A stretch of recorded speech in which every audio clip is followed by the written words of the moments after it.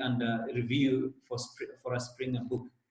And so he has co-authored almost 30 articles and book chapters on character strength and religious spirituality. And currently he is developing a training. So for the Selvam, he is a Catholic priest with the Salesians of Don Bosco, and he works in East Africa since 1992. And so to start away this conversation, I would like to request for the Selvam. We are living in very uncertain times, and many people are resorting to their religion, to their spirituality, to give them a sense of meaning. There was a certain report that there was also an increase in searches on Google search engine on the question of prayer. As the COVID virus entered a certain country and overwhelmed it, the search for prayer was increased in that particular country. So there's a desire or going back to religion in terms of tragedy. But help us understand, what is spirituality and well-being? What is spirituality to start with? Okay, so the temptation at this moment is to find shortcuts. And then a lot of people, when they hear positive psychology, they think positive psychology is going to solve all the problems and all at once. I like to just take you through one slide just to show what positive psychology is not. So positive psychology is not just smiling. You know, some people say you put your pencil on your mouth and widen your lips and you feel good. No, positive psychology is not about that. Positive psychology is not about positive thinking. And it's not new age stuff. And it is not about the secret. Positive psychology is an ongoing set of habits that one builds so that they can deal with adverse situations, and not only deal with adverse situations, but also function ably in daily life. Okay? So my first sort of question that I like to answer, a question that was asked by Dominic, is what is spirituality?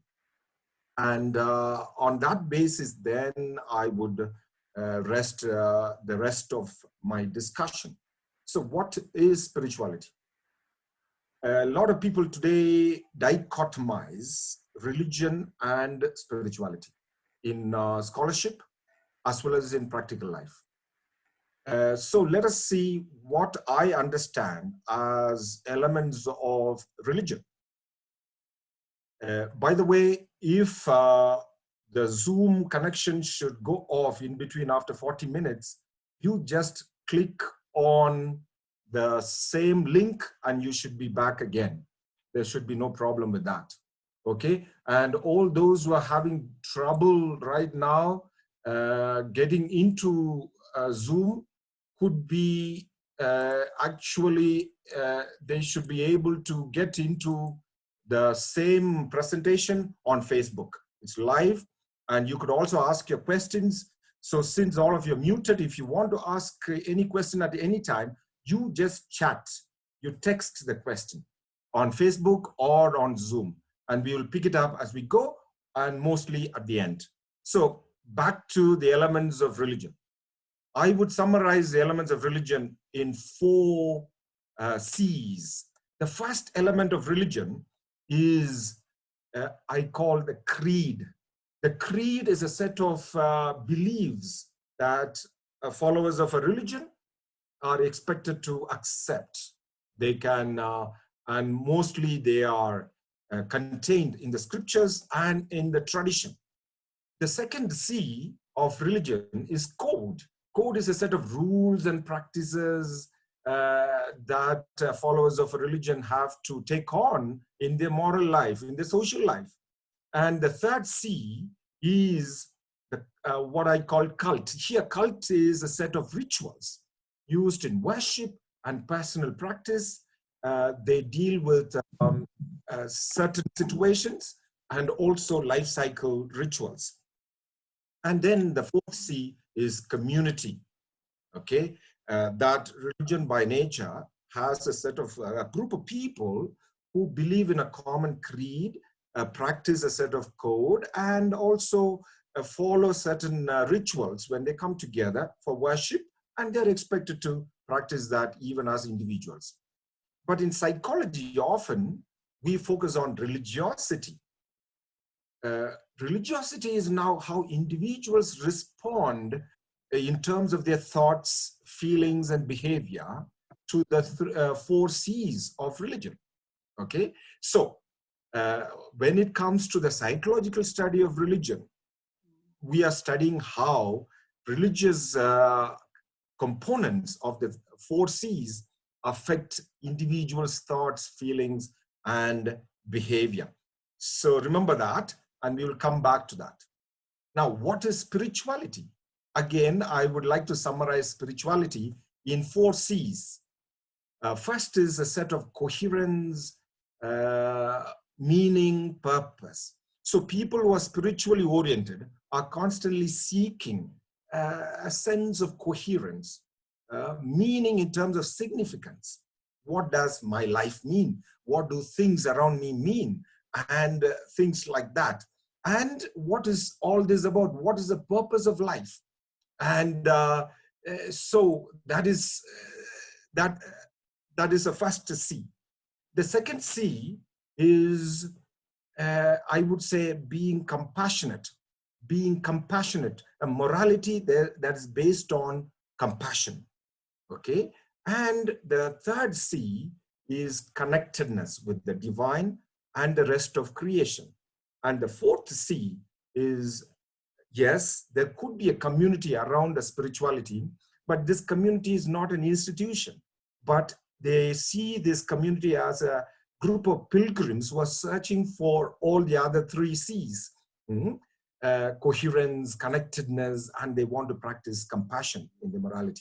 So if you combine religion and spirituality, you have a whole range. And a lot of people choose between these four sort of quadrants and function there. Some people function here. For them, they have a high level of religiosity and low level of spirituality. And for them, religion is just an external thing. They practice and they don't internalize. Their life may not reflect what they practice in their religion. Whereas here, number two, you can see it's low spirituality and low religiosity. And so these people are what we call secular individuals who have no time for religion or spirituality. Whereas here, you have high spirituality and low religiosity. Okay, so you see, this is again an increasing population in the world that is going towards that. In fact, a lot of Western people in the Western societies are said to be coming back to spirituality, and they are not coming back to religion. They are not coming back to the churches. And so this is an interesting phenomenon. And I tend to think even in Africa, this could be happening. Okay, now I would like to function here in number 4 with high spirituality being a part of a religious tradition, because it has its advantages of a support system, a constant reminder, as even a certain discipline and a demand on my life. And then I discover and I explore these high spirituality. So let us focus on religious spirituality. So my own discussion this evening is coming from an underpinning theoretical framework of religious spirituality. Yes, and so I define religious spirituality using these 3 sources, psychological texts, okay, that from Alport, it's a classical text, 1950, he talks about intrinsic religiosity and extrinsic religiosity. I would like to see religious spirituality within the domain of intrinsic religiosity. And then James Fowler, who talks about stages of faith development. For him, mature faith is the ultimate level of faith development. And more recently, we have Robert Emmons talking about spiritual intelligence. You know, there are different types of intelligence being talked about today. And he has proposed another concept called the spiritual intelligence. So religious spirituality simply brings together the 4 C's of religion and the 4 C's of spirituality. So when you want to explore a deep spirituality within a tradition of religion, then it's not just a sort of creed that you keep professing without understanding, but you seek meaning out of it. You seek a sense of coherence and significance for your life and for the things around you. Then code becomes not just a legalistic thing that you follow in terms of judging yourself, judging other people, but it becomes compassion. And the cult is now creating a connectedness with the divine, and it's a communal expression. Okay, and now community is not just an institution, but a community of pilgrims. So in the context of COVID now, what has happened is basically, I think this aspect of this cult aspect of what I call the common worship aspect has suffered. But if, as I have argued in an article in the Sunday Nation local daily in Kenya, if that religious tradition had a way of helping people to seek a sense of connectedness in a constant way, then I suppose COVID-19 is not a threat to a traditional practice. Okay, and again, community now, the physical community has been sort of controlled now in COVID-19, but is it a sense of being part of a communion? Okay, so now I don't know if Dominic, it makes sense what I've said so far about spirituality and religion. Yes, Yeah. it's making a lot of sense. Just one clarification there as you go on. You have explained what religion is and what spirituality is, and the relationship between the two. Now, someone might argue and ask, is religion less of value, or is there one that scores higher than the another between religion and spirituality? Yeah, that's an interesting question. From a psychological perspective, and as we are going to talk about now well-being, I would argue, as Alport argues in 1915, that pure religiosity and exaggerated religiosity without a spiritual component may not make an impact on the well-being of a person and well-being of the community. So religion has to integrate dimensions of spirituality, and often they do. But if they don't do, they become a force of evil, and I dare say that. Yeah. So, and what about spirituality itself? Pardon? What about spirituality itself? Is it possible that we run the risk of an exaggerated spirituality that becomes relativized, that becomes only personalized because it does not want to be challenged by the community? It does not want to. Definitely, an exaggerated spirituality becomes very individualistic.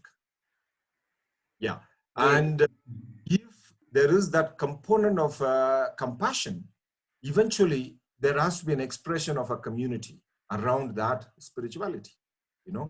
So I try to even bring in the aspect of community, which is understood as an authoritative institution, a fossilized sort of, that puts you down, that you need to believe this, but we are all seeking meaning together. And that is what I'm suggesting of combining the two in religious spirituality. Perfect. Okay. Thank you so much. Now yes, help us understand what well-being is and it's the types that there are. Yeah. So well-being, in defining well-being, we are going to positive psychology. Okay. And very quickly, we don't have much time, but well-being can be understood in these 3 levels in positive psychology. The subjective well-being as an individual, what I feel deep within me as I go through my daily life. Psychological well-being can be externally verified.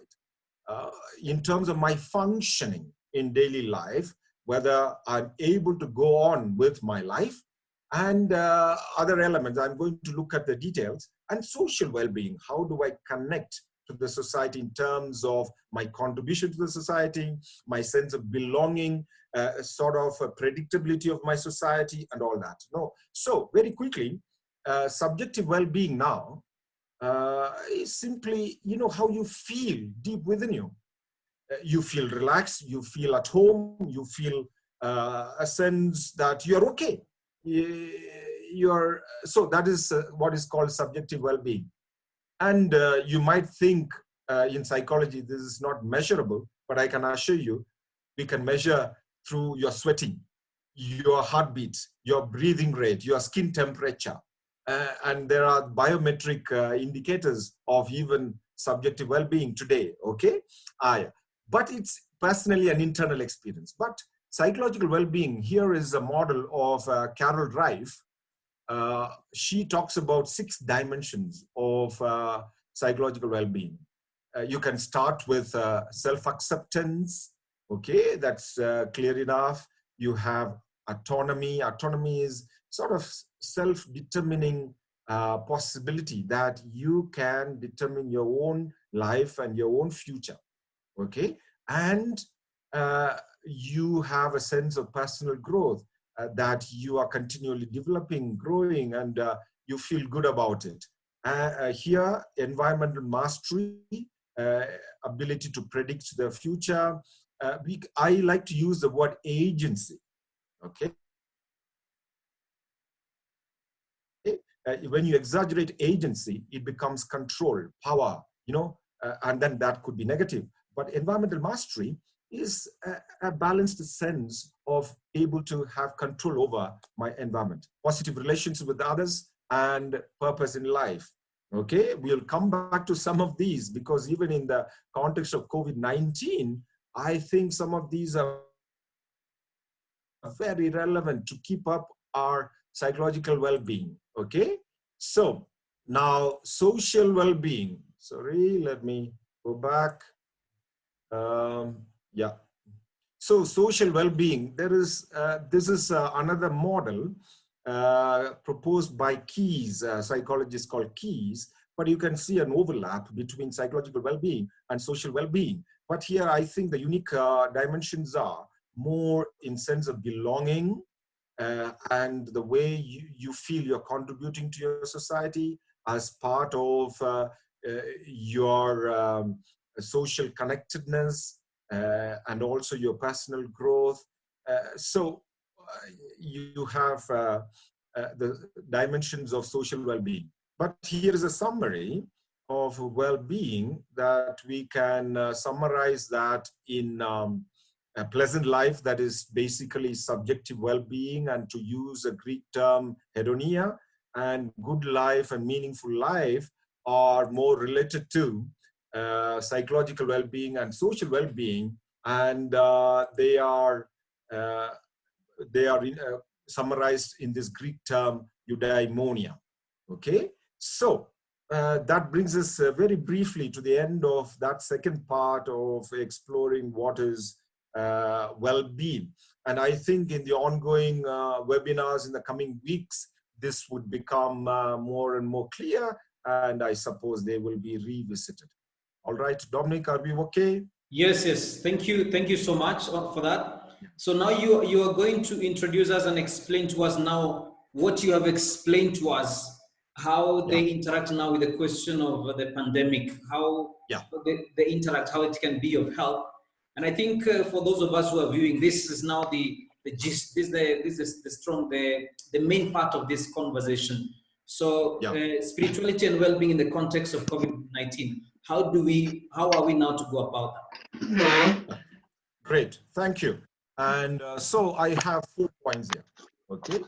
Before we get into the 4 points of spirituality and well-being in the context of COVID-19, then you see, I think some are on a line here, okay. Before COVID, our normal life, what we used to call normal life, you know, you had this sort of,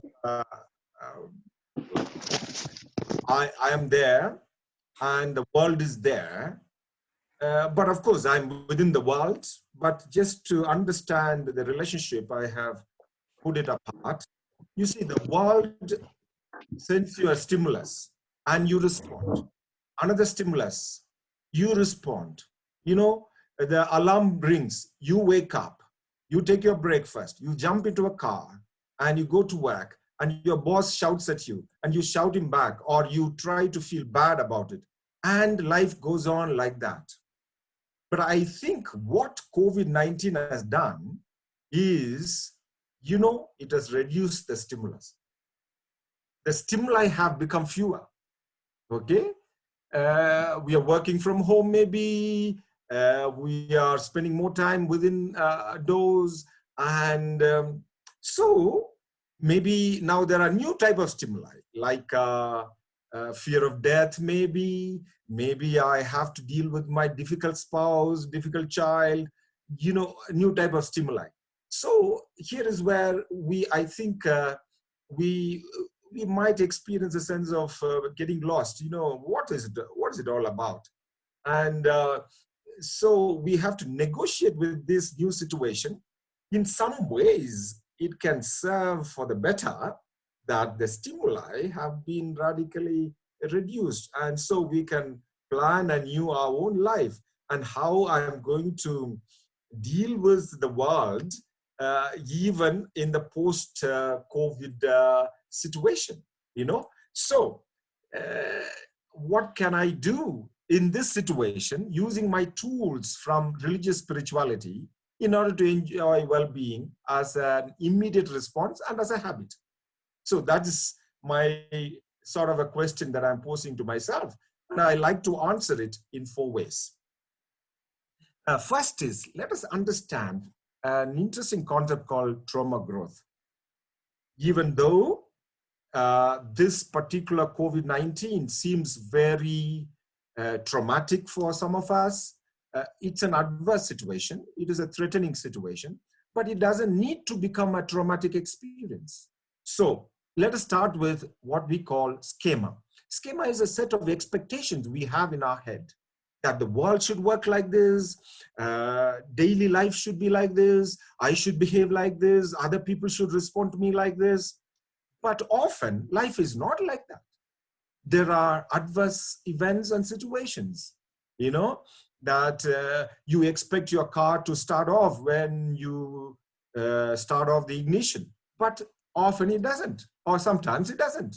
So if you expect your car to all the time function in the same way, then when it doesn't function, then what happens is it becomes an adverse situation. And your immediate reaction is rumination. You know, you may not look for alternatives, but what you do is, oh, why is it like this? Could there be another way that this should have happened? You are continually sort of blaming the external world and not looking for alternatives. And what happens is that continuous rumination pushes you to change your schema. But you don't want to change your schema. You don't want to change your understanding about the world, that the world can work in different ways. So we, for example, we never expected that a government could tell us to remain at home for hours, or in some countries a whole day, but it has happened. Now, my reaction would be, some people react like rumination. Oh, why is it so? It should not happen like this. They are taking away my freedom. So what does it mean? I'm not ready to change my schema. I'm fighting with the event. And this is likely to lead me into post-traumatic stress disorder. So let me go quickly with that. I can also learn to cope with this situation, finding alternatives. Coping can be functional, dysfunctional. Okay, and then I can also build resilience so that in the future, when a similar situation happens, I come out of it quickly. But more than that, I can also grow out of this experience by integrating this new experience, integrating the new understanding of the world. And out of that, there could be hope and wisdom. Okay, now the second point, I'm going quickly because we are running short of time. These slides are going to be available. We are recording it, and they would be, even the live stream would be available on the Facebook as a recorded video after this. And we are going to send the recorded part also to all those who subscribed online. So the second aspect that I can do in the current situation is to, clarify my purpose in life. Let us look at a few facts.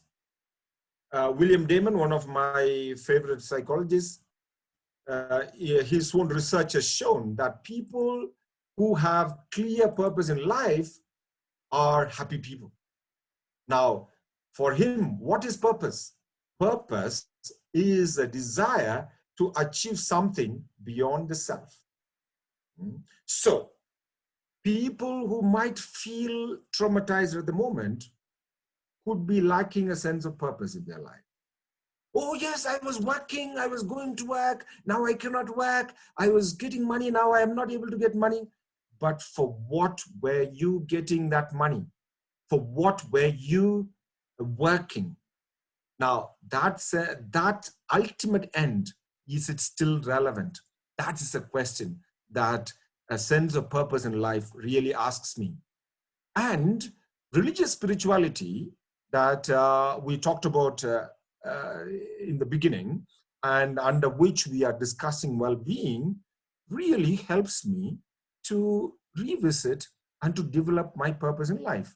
Here is a sort of a template that I share with young people in inviting them to write their personal mission statement, consisting of these 4 quadrants, borrowed from John Covey, the son of Steve Covey, the famous people of the 7 Habits of Effective People. So you can see the 4 dimensions, how we can integrate them to find our own space in the universe. So I would challenge people at this time to come up with a personal mission statement. Take the time of quietness and isolation to make a personal mission statement. And what would happen if you have a personal mission statement, a clarity of purpose that goes beyond just daily life, that goes beyond your own selfish interests, something beyond yourself? Then what happens is, yes, it constantly defines where you are and where you want to get to. And you see, the advantage of that is when this path gets blocked by instances like COVID-19, then you will find an alternative to seek that purpose. And that is the beauty and the importance of having a clarity of purpose in life. Okay, now my third point, contemplative practice. I use the word contemplative, not mindfulness, because mindfulness would tend to pure spirituality, but I operate from religious spirituality. And so in religious tradition, we use the word contemplation, even though mindfulness is actually borrowed from the Buddhist tradition. Okay, but I, coming from a Christian perspective, I would like to use the word contemplation. So this is a classical definition of mindfulness, okay? But I would define contemplation in these words. You see, in mindfulness, there is no belief in a personal God. So if you're a person who is part of a religious tradition, you might want to redefine mindfulness, okay? Religions, Christian, Judeo-Christian tradition, for example, believes in a personal God to whom we can relate. And so contemplation is just sitting in that presence, okay? So what does it mean? That prayer, if I want to convert, transform my prayer into contemplation, then there has to be 3 stages or 3 dimensions that have to be integrated. My prayer has to become God-centered, not problem-focused. Sometimes even in the in terms of faith, we say, God, give me this, God, give me that. Now, who is the center of that prayer? Myself and my problem. But contemplation is focusing on God because God is worthy of praise and worship. Okay, so I don't have time to go into this, and but the second thing is then a prayer from a lot of words moves into silence. So there, prayer becomes contemplation. And I suppose in this context of COVID, this is what is an opportunity, really, that we do not have a lot of opportunities to express our faith in a communal worship with a lot of words and singing. And, the danger of that experience is also in euphoria that becomes addictive. But now test yourself, whether you are addicted to that euphoria or you are really focusing on your connectedness with the divine. And the third element is also of moving from the head to the heart. Okay, so how does contemplation now help me in my dealing with the stimulus from the world? You see, my response becomes not just automatic and sort of a survival tactics, but it becomes considered response because I have got into a habit of contemplation. Okay, and there is a delayed response, and because of that delayed response, it becomes a wiser and healthier response that ensures my well-being. I don't have time to go into the neurobiology, but just to draw your attention to this part of the brain. Okay, so you see this is a basal brain, or called the reptilian brain. This part of the midbrain is called the limbic system, okay, with different parts. And then this is a cerebral cortex. But you see, what is unique about human brain is this part of the brain, which is called the prefrontal cortex. Okay, this is the front part of the brain, and this is the back part of the brain, and it is just behind our foreheads. What research has shown is that when people meditate, when people enter into contemplative states, this part of the brain becomes more and more well developed. And because of that, their response to the world becomes more and more considered, more and more wise. Okay, so that is what contemplation helps us to do. Okay, yes. Now, this is from my own research out of an intervention study I carried out. What I realized was teaching 25 people over 10 weeks of practice of meditation, I realized that they have they grow in personal growth initiative. You see, even compared to life skills training. You see, life skills training, what happened here was that the initial state here, they had a high level of personal growth. Somehow the group was selected. But you see, those who practiced meditation, in my interventions, I use a Jesus prayer, which is from Eastern Orthodox traditions. Okay, you see the growth in personal growth initiative. What does it mean? They take responsibility for their lives. They begin to plan their life. They're ready for change. They're able to use their resources more meaningfully. And they are more willed in their responses, their decisions. So this is what happens. You contemplate, contemplation makes you grow in virtue, and virtue and character makes you enjoy better well-being. Finally, I like to focus on 3 character strengths. Okay, forgiveness, gratitude, and compassion, especially in the context of our COVID-19. So this is again from my research.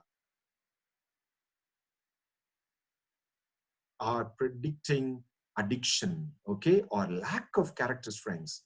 For example, lack of prudence, you see, predicts alcohol misuse. Lack of spirituality predicts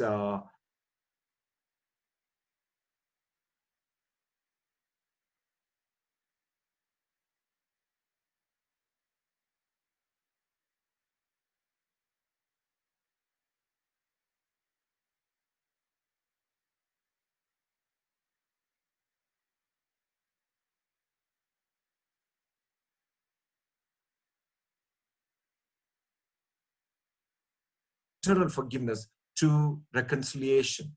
Okay, so here is an intervention that I give to my clients: forgiveness litany. Okay, 3 steps. Choose a person whose thoughts in you bring about anger, frustration, and wanting revenge. Okay, it could be from the immediate past, but it could be from really the remote past. And sit quietly in a contemplative way with a willingness to forgive. Read your scriptures if you wish. And now then you write a litany. And the litany has 3 parts. Recall why you got hurt. Okay, and for example, it could be a repeated hurt. Even one-time hurt could have had different dimensions. Explore each of the dimensions one by one. So I know Dominic is also an expert on forgiveness, and I'm sure he's going to talk about it in his webinar session. But the basic thing that every research shows is that you cannot simply say, I forgive. You have to own the feelings that you went through in that hurt. And then you say, I forgive you for that. It is a decision. Forgiveness is a decision. Okay. So then you keep repeating the steps A to C with the same person until you feel you have exhausted that anger. Okay. You might have to repeat the same exercise with the same person another time to see how you are able to forgive. Now, how do you know you're forgiven? If your anger level, your frustration, your wanting revenge is reduced. Okay. Now, gratitude. You could start a habit of writing a gratitude journal these days, even amidst the inconveniences that COVID-19 has caused. Can you identify 3 things that went well for you on that particular day? Okay. And maybe you should write a gratitude letter to someone. You know, one of the things that I have done these days is call people that I've not called for even months and over years, you know, and people are surprised. Oh yeah, it's nice to hear from you, Selvam. At least COVID has made you call us. Okay, so even my own cousins, and they're all surprised. Oh, Selvam, you had my number and you never called me. So surprise them. But in this case, people that you have not really thanked, take time to thank them, you know, because gratitude contributes to well-being. And finally, do a random act of kindness. These are generic, but I have come up with this. Okay. Call someone you haven't called for long. Ask forgiveness from someone. Surprise someone with an M-Pesa gift. You know, it could be just a small amount. And people, you know, money, the value of money, we talk in terms of utility, right? For example, today I sent somebody 500 shillings, and this person was really, thanking me profusely because that 500 shilling made a difference in their life. So you don't need to give out big money. Sometimes, and in M-Pesa these days in Kenya, it is free to send money below 1,000, I think. So you can use that, and then write an encouraging email. Carry out a compassion intervention. Okay, so and compassion is consistently correlated to well-being. So if you're a spiritual person, that spirituality has to be translated into compassion. And let us practice that during this time of COVID. And we are likely to enjoy better well-being and even build resilience to really come out of the inconveniences that COVID might cause. Okay, so I rest my case here. Okay, and finally, I like to conclude with this lily, you know, water lily. In fact, somebody gifted me with a bowl, a glass bowl, and a plastic lily that I have at my desk. And right now, I have to clean up the bowl, so I'm not going to show you what I have. But you see, the beautiful thing, water lily is a sign of equanimity in the Eastern tradition in Asia, that this water lily will move with the water. but it will stay always above the water. And I think that's the invitation for us, people who might be exploring a spirituality, that we can stand above, even though we are part of this COVID-19, we can stand above it. Yes, thank you, David. Dominic, over to you.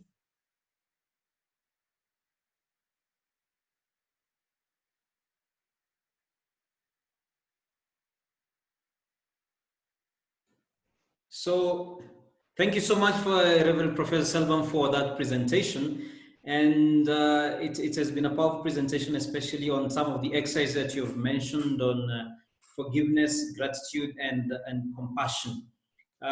You have spoken on quite a number of things, and as you have said, maybe time was not there. I was wondering, is it possible for you to give a small exercise on how to practice, the contemplative practice? What is the one thing that maybe someone can do? Maybe some few steps of you have talked about contemplation as just being there in the presence of God with your heart. Yeah. Could you just maybe could I suggest, give a rundown of how a person could go about that? Yeah,